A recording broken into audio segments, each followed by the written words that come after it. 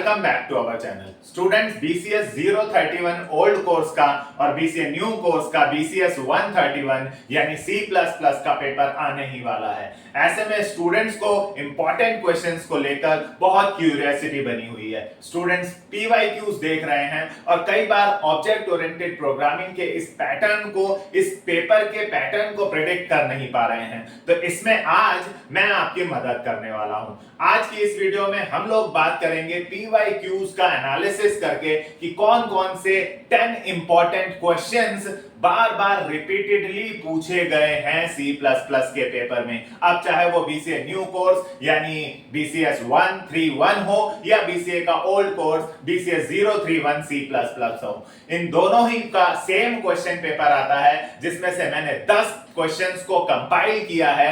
देखा है कि प्रीवियस ईयर क्वेश्चंस में वो कौन से 10 इंपॉर्टेंट क्वेश्चंस हैं जो रिपीटेडली पूछे गए हैं। एक बार उनको क्विक रिवीजन अगर हम लोग कर लें तो अगर उनमें से कुछ भी क्वेश्चंस फंस गए, अगर इन 10 में से 5, 6, 7 क्वेश्चंस भी रिपीट हुए जो हमने PYQ से स्टडी करके निकाले हैं, उनका एनालिसिस करके निकाले हैं, तो डेफिनेटली हमारे पेपर में बहुत हेल्प होगी। तो चलिए स्टार्ट करते हैं C++ क्वेश्चन पेपर के अंदर PYQs का क्या पैटर्न है।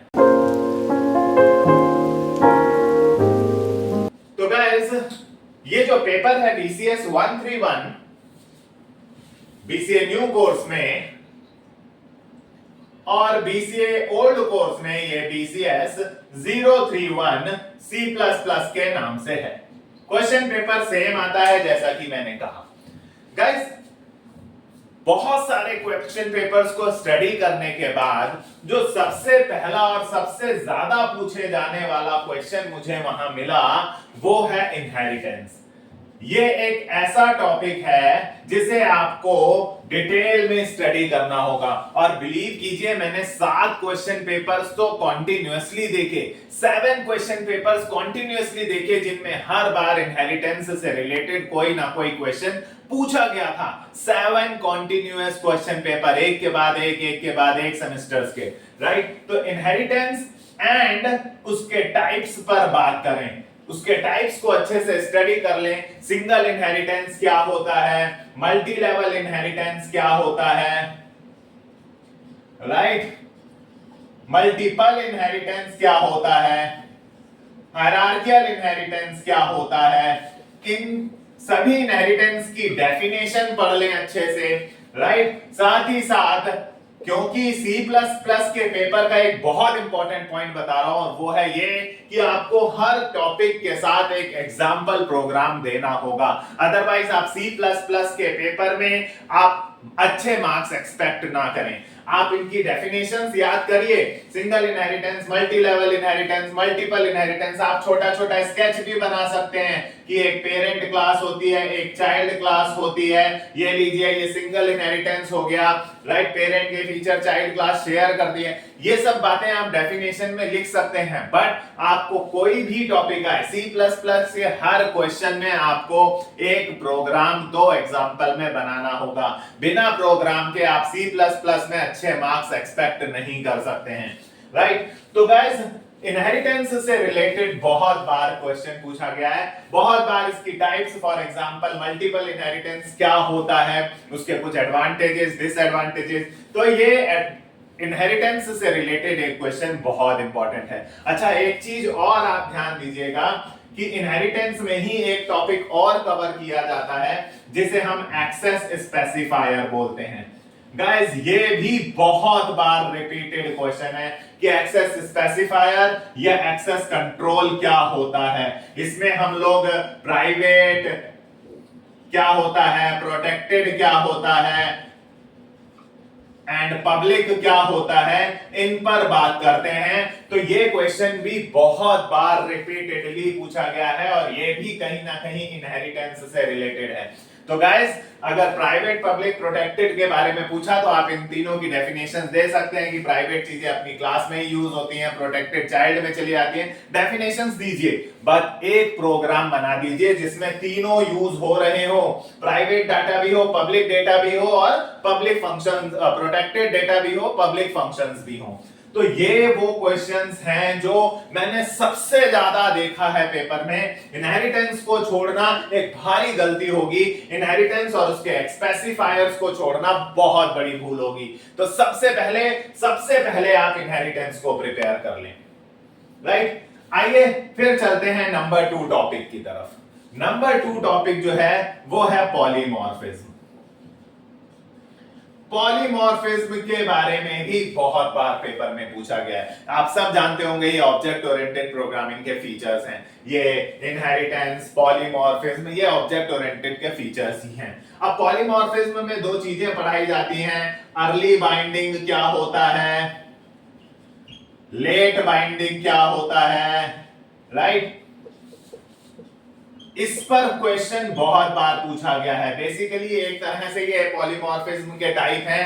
ये कंपाइल टाइम पॉलीमॉर्फिज्म है, ये रन टाइम पॉलीमॉर्फिज्म है। तो एक बार तो मैंने पेपर में इसी क्वेश्चन को रन टाइम पॉलीमॉर्फिज्म के नाम से भी देखा।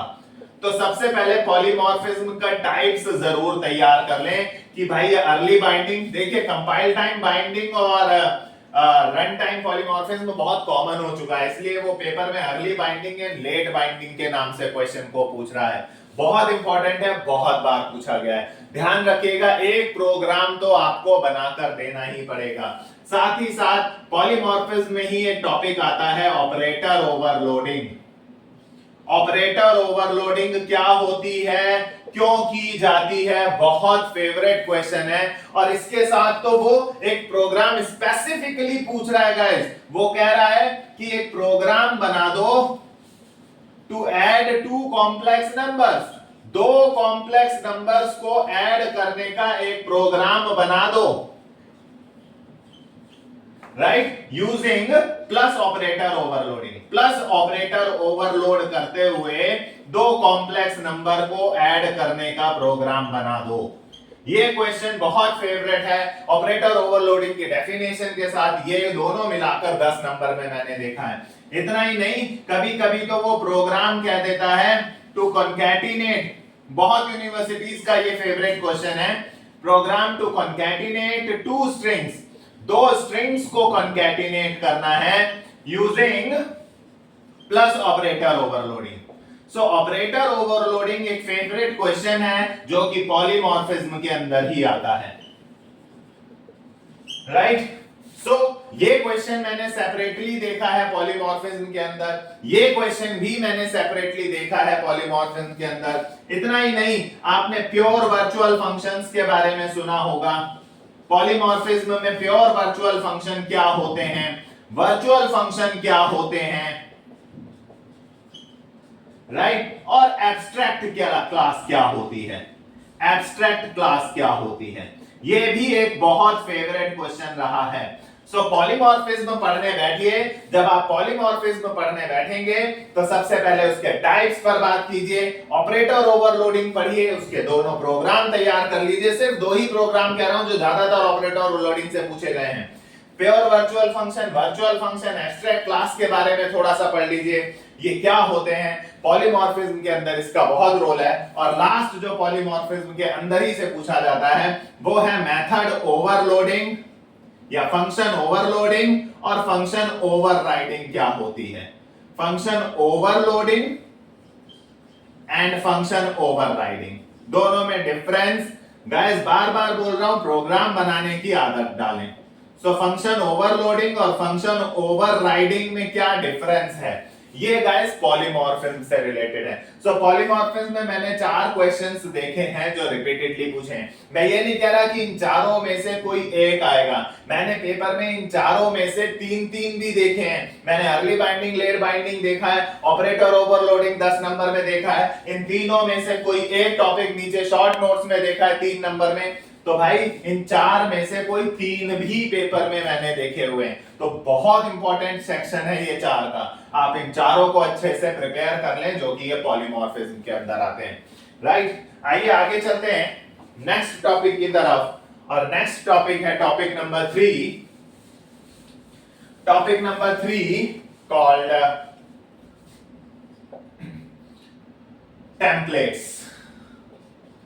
बहुत बार 10 नंबर का क्वेश्चन देखा है गाइस, टेम्पलेट्स क्या होते हैं। Templates right. फंक्शन टेम्पलेट क्या होते हैं, क्लास टेम्पलेट क्या होती है, फंक्शन टेम्पलेट, क्लास टेम्पलेट, इनसे रिलेटेड कोई प्रोग्राम आ जाता है कि भाई 2 नंबर को स्वैप करने का प्रोग्राम बना के दिखा दो, एक स्वैप करके दिखा दो 2 नंबर्स को फंक्शन टेम्पलेट से या क्लास टेम्पलेट से, ऐसे कोई एक क्वेश्चन भी इनके साथ आ जाता है, बहुत इंपॉर्टेंट है। साथ ही साथ मैंने स्टैंडर्ड टेम्पलेट लाइब्रेरी से रिलेटेड क्वेश्चन भी देखा है टेम्पलेट में।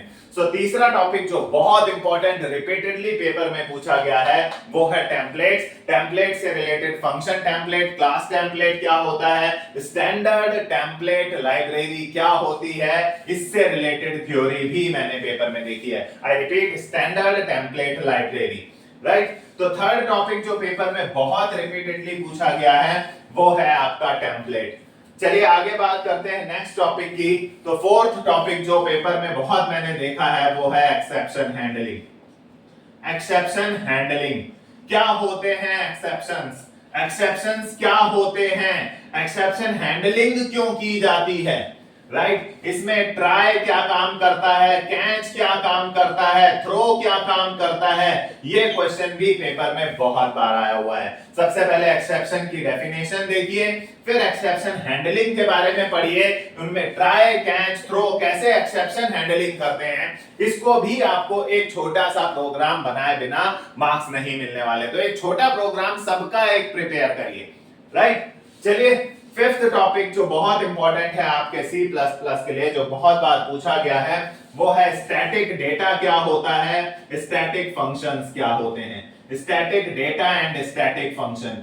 गाइस इससे रिलेटेड भी आपको एक प्रोग्राम बनाकर देना होगा, छोटा सा टॉपिक है बट पेपर में बहुत बार स्टैटिक डेटा, स्टैटिक फंक्शन, क्योंकि स्टैटिक डेटा जो है वो सिर्फ स्टैटिक फंक्शंस के अंदर ही यूज किया जा सकता है। तो स्टैटिक डेटा, स्टैटिक फंक्शन से रिलेटेड एक प्रोग्राम जिसमें आपका स्टैटिक डेटा हो, स्टैटिक फंक्शंस उन्हें यूज कर रहे हो, उन्हें कॉल करके दिखाना, एक छोटा सा प्रोग्राम आपको बनाना होगा। बहुत बड़े बड़े कॉम्प्लेक्स प्रोग्राम्स बनाने की जरूरत नहीं है। अगर आप किसी एआई टूल से भी कहेंगे कि एक सिंपल बिगिनर फ्रेंडली प्रोग्राम बनाकर दे दो स्टैटिक डेटा, स्टैटिक फंक्शन का, तो वो बहुत इजी सा बनाकर दे देगा, राइट। आइए सिक्स्थ टॉपिक की तरफ चलते हैं जो पेपर के लिए बहुत इंपॉर्टेंट है, और वो है guys friend function.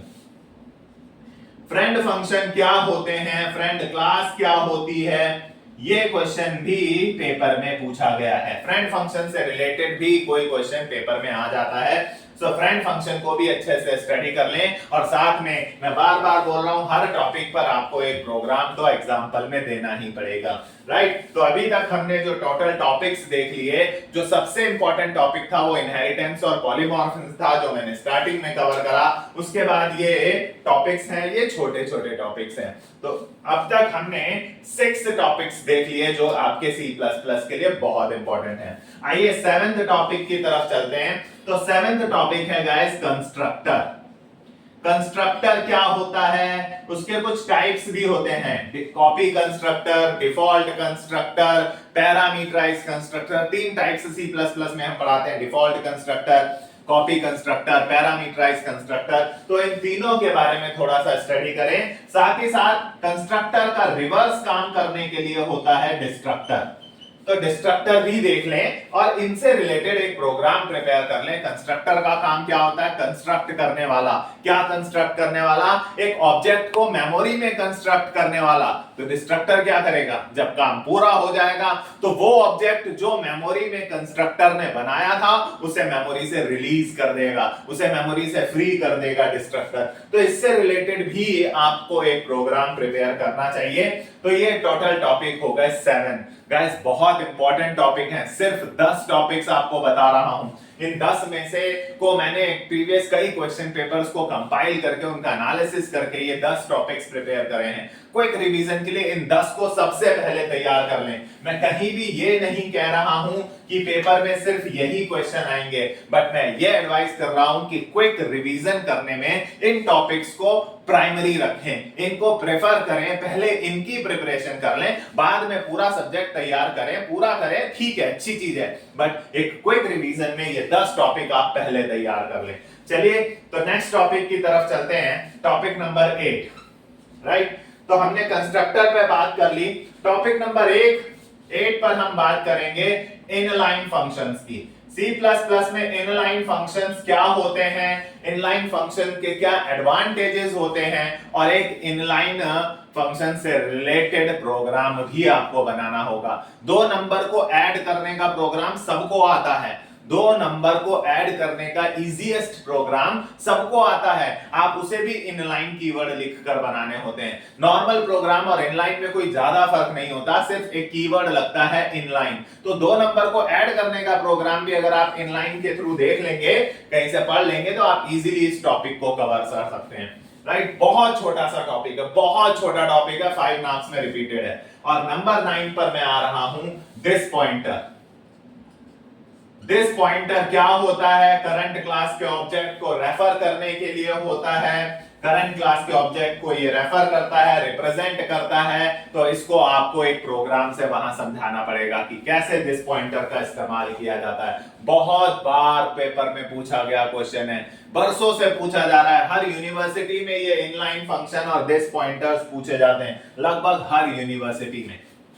Right, 10th topic, और वो है जी फाइल हैंडलिंग। ये तो गाइस 10 नंबर, देखिए ये मैंने 5 में देखा है, ये मैंने 5 में देखा है, बट फाइल हैंडलिंग से रिलेटेड भाई ये तो टॉपिक ही मैंने सीधे 10 नंबर में देखा है कई बार, और वो भी सीधे 10 मार्क्स में।